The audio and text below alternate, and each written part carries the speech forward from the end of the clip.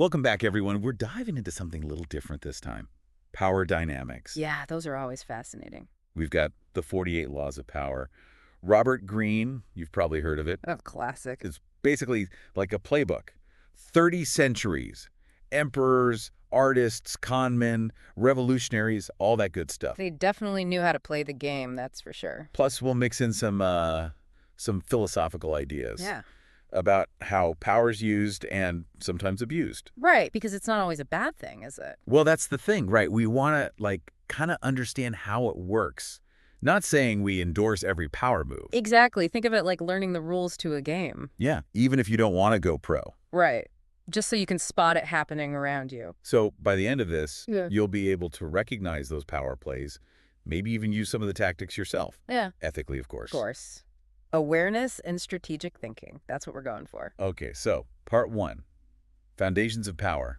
Where do we even start with that? Well, how about this? Never outshine the master. Oh, that's a good one, especially these days, everyone trying to stand out, social media, personal brand, the whole deal. It's easy to get caught up in that. Forget about the delicate balance of power. Yeah, for sure. So, how do we avoid that trap? Let's take a trip back in time. 16th century Japan. We've got Sen no Rikyu. Okay, I'm listening. Who was he? Tea master. Became a favorite of the emperor, Hideyoshi. Super skilled, got his own living space in the palace. Wow, living the dream. What went wrong? Well, Rikyu, he made a mistake. Got a statue of himself made, posing like a nobleman, even wearing sandals. The sandals, seriously. Yeah, big no-no. Symbolized high status. It was like he was trying to, step on the emperor's toes, metaphorically speaking. So he got a little too big for his britches. Exactly. And Hideyoshi saw it as a direct challenge. Rikyu was sentenced to death. That escalated quickly, all because of a statue. It's a reminder that power is about perception, Even if Rikyu didn't mean to usurp the emperor, that's how it looked. Interesting. So lesson 1, don't get too cocky, even if you're at the top of your game. What else we got? Let's talk about using enemies to your advantage. Machiavelli's idea. Oh, Machiavelli. Yeah, he's a controversial one, right? Definitely. But his insights on power, spot on. He said a smart leader shouldn't shy away from conflict. Really? Seems counterintuitive. Right. But he said you got to use conflict strategically. It's a way to show your strength, even solidifies your supporters. Huh. Interesting. Any examples of that? Well, there's the story of Sung. This leader turned his enemies into, loyal followers. Wow, instead of just wiping them out. How would he do that? He knew managing conflict could be more beneficial than just avoiding it. Smart. So, what's the psychology behind that? It's about tapping into human nature. People are complex. Okay, but that was way back when. Anything more recent? Sure. Look at Mao Zedong. He used the Japanese invasion to unify China and strengthen his army. So he basically turned a crisis into an opportunity. Yep.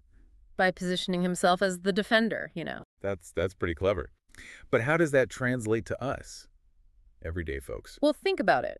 Conflict, when handled right, can make you stronger. Okay, I see that.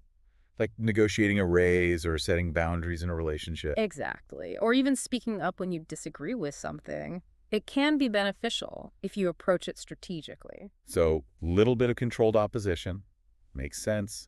But how do you know when to use it and when to just, walk away? That's where things get tricky. We'll get into more of those nuances as we go. But for now, just keep that idea in mind. Conflict can be a tool. All right, conflict as a tool. Got it.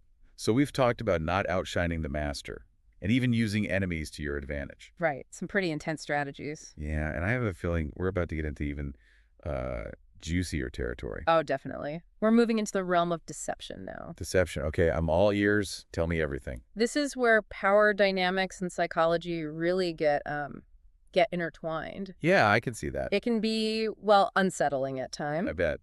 But also super fascinating. Absolutely. And our first case study is, he's a master manipulator. Yellow Kid Weil. Yellow Kid Wow. I've never heard of him. Notorious con man. This guy was a genius at making people believe whatever he wanted them to believe. Okay, so what was his secret? How'd he pull it off? Weil understood appearances. People tend to trust what they see, right? Yeah, I guess.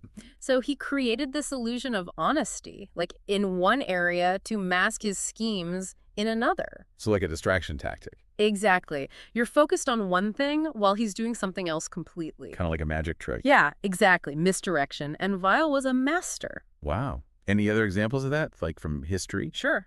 Think about Haile Selassie. He rose to power in Ethiopia. Haile Selassie, okay. But he cultivated this image, quiet, mild manners. So he was underestimated. Exactly. And that allowed him to maneuver through Yeah. this complex political landscape and seize control. Huh. So sometimes it's the quiet ones you got to watch out for. Right. They're playing a different game. Okay, so we've got appearances. What other subtle tactics are there? Well, what about smoke screens? Smoke screens, what are those? Basically creating distractions to hide your true intentions. Okay, I think I see where you're going with this. Think about Jay Gould, another clever businessman. Jay Gould, okay. What did he do? He used this to manipulate Western Union. He'd establish these predictable patterns. So they'd get complacent. Exactly. Lull them into a false sense of security, and then boom, he makes his move. That's pretty sneaky. It plays on our desire for predictability. We like patterns. We trust them. Even when they might be leading us astray. Right. It's a psychological vulnerability. Kind of scary to think about. It is. It's a good reminder to question assumptions, Yeah, and to be wary of things that seem maybe too good to be true. Exactly. Deception thrives in the shadows, hidden in plain sight. Okay, so how do we protect ourselves from that? We'll talk about that more later, but for now, let's move on to another tactic. Okay, what's next? How about say less than necessary? Say less than necessary. That seems counterintuitive. Everyone's always talking, Right. But this is about strategic silence. Strategic silence. Okay, I'm intrigued. Think about figures like Louis XIV, the Sun King, or Henry Kissinger. Okay, yeah, powerful guys. They were masters of this. They knew how to use silence. Silence? How can silence be powerful? Well, it creates this vacuum, and people rush to fill it with their own interpretation. So you're controlling the narrative without actually saying anything. Exactly. Louis XIV, he had this aura, and every word he did say carried a lot of weight. Because he didn't waste words. Right. He kept people guessing. Okay, and what about Kissinger? Well, there's this famous story when he was questioned about a controversial document. Oh, I think I've heard of this. He just kept saying, it's the best I could do. And that was it? He didn't elaborate? Nope.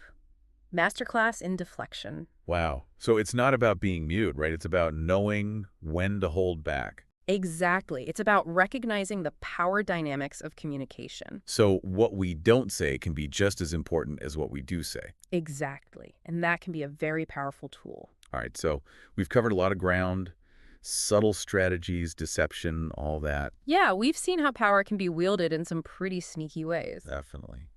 But what about the more positive side of things? Well, now we're getting into winning hearts and minds. This is where psychology becomes even more important. Hearts and minds. Okay, so we're not just manipulating people. We're trying to actually, influence their choices. Exactly. It's about shaping desires, motivations. Okay, yeah, that's powerful stuff. But can it be ethical? It can be. It depends how it's used, right? Yeah. Our sources talk about Castruccio Castracani. Castracani. Who was he? 14th century Italian leader, came to power with the help of the Poggio family. Very influential. So he owed them big time, I'm guessing. You'd think so, right? Gratitude, loyalty, all that. But Castracani, well, he saw an opportunity. Let me guess, he turned on them. He did. Eliminated the Poggios, consolidated his own power. Wow. Cold-blooded. It highlights the complexities of power, Sometimes sentimentality can be a liability. Yeah, I guess when you're trying to stay in control, you can't let emotions get in the way. Exactly. Tough choices. Okay, so what other tactics are we looking at here? Well, let's look at mastering the art of indirection. Influencing outcomes, but without confrontation. Ooh, indirection. I like that. Sounds subtle. It is. Think about Michelangelo and the Statue of David. Okay, the David, yeah, I know that one. What about it? Well, there was this powerful figure, Soderini, criticized the nose. The nose. Seriously. Yeah. But Michelangelo, he didn't argue, didn't get into a power struggle. So what did he do? He made Soderini think he'd changed it. He didn't actually change it. Nope. But he appeased his patron and kept his artistic vision intact.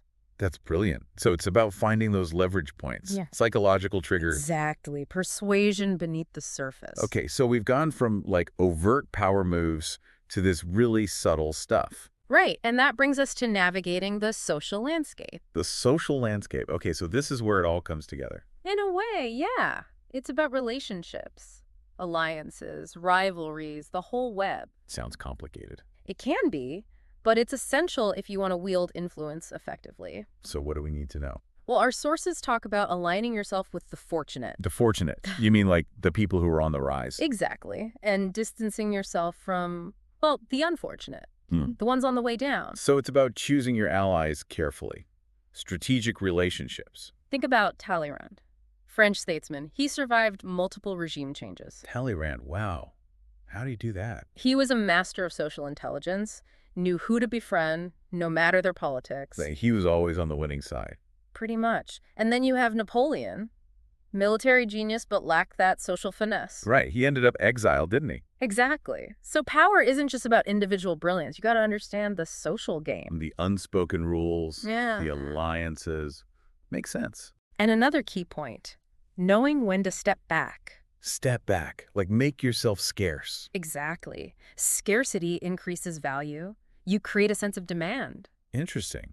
Like playing hard to get. Kind of, yeah. We see this all the time, don't we? I guess so. Influencers, spiritual masters, even celebrities. Right. They use absence strategically to amplify their influence. So I guess the big takeaway is power is complex. There's so much more to it than meets the eye. Absolutely. It's about understanding psychology, strategy, social dynamics, and it's always a work in progress. Well, we've certainly learned a lot in this deep dive. Thanks for breaking it all down.